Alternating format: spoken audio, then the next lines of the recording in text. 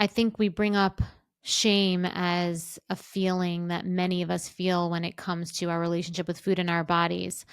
But I'm not sure if everybody or people really recognize that a lot of that feeling of shame is because we're isolating ourselves, and shame is born in silence. And so if you think about it, how often do you hide when you're struggling? And how often, when you feel out of control with food or ashamed of your body, do you avoid going out with friends, avoid going on dates, avoid putting yourself out there for that interview, or avoid the camera, right? Avoid you being seen, right? How many times do we do that? Because we feel like we'll wait until we're fixed, we're healed, and then we'll let the world see us. Then we'll be willing to put ourselves out in the world. But the truth is that ends up not being the right way to go, because that isolation keeps reinforcing the shame.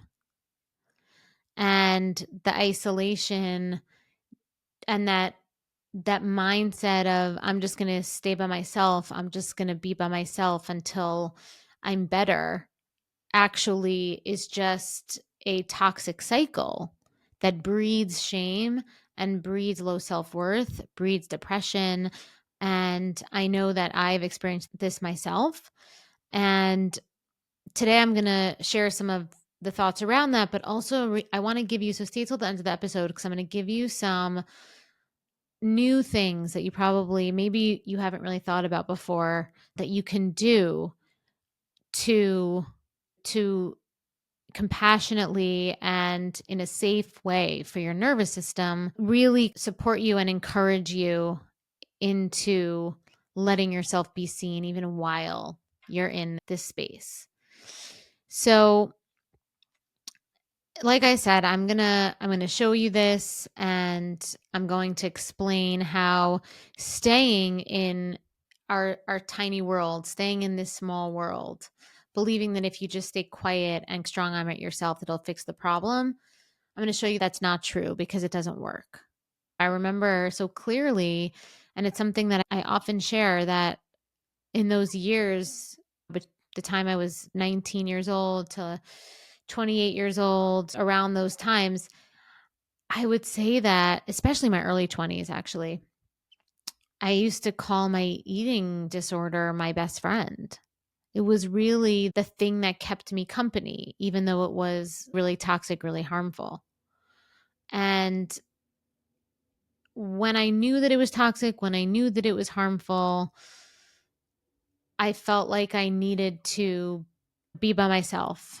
I felt like I needed to hide. I kept all my struggles hidden. I tried to present to the outside world that I was fine, that I was handling it. But ultimately, what I was really doing was I was disconnecting from myself, and I was disconnecting from other people who potentially could have been a source of support for me. Ultimately, could have been that source of connection I was looking for, that I kept trying to find in my relationship with my eating, right? And in my curated experiences with my food. Like, I would be at certain events, and while I was at events talking to real human people, I would tune out internally.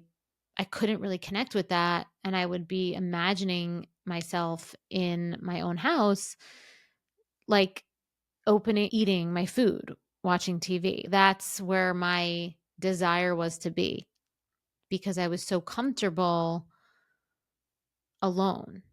That was really the only place that I felt like I could be truly myself.